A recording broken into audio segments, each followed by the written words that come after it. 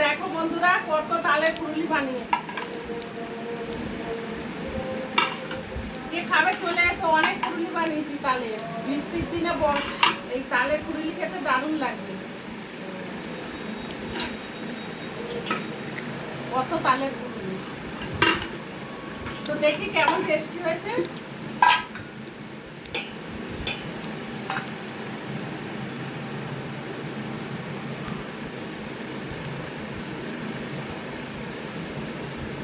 দারুণ টেস্ট হয়েছে,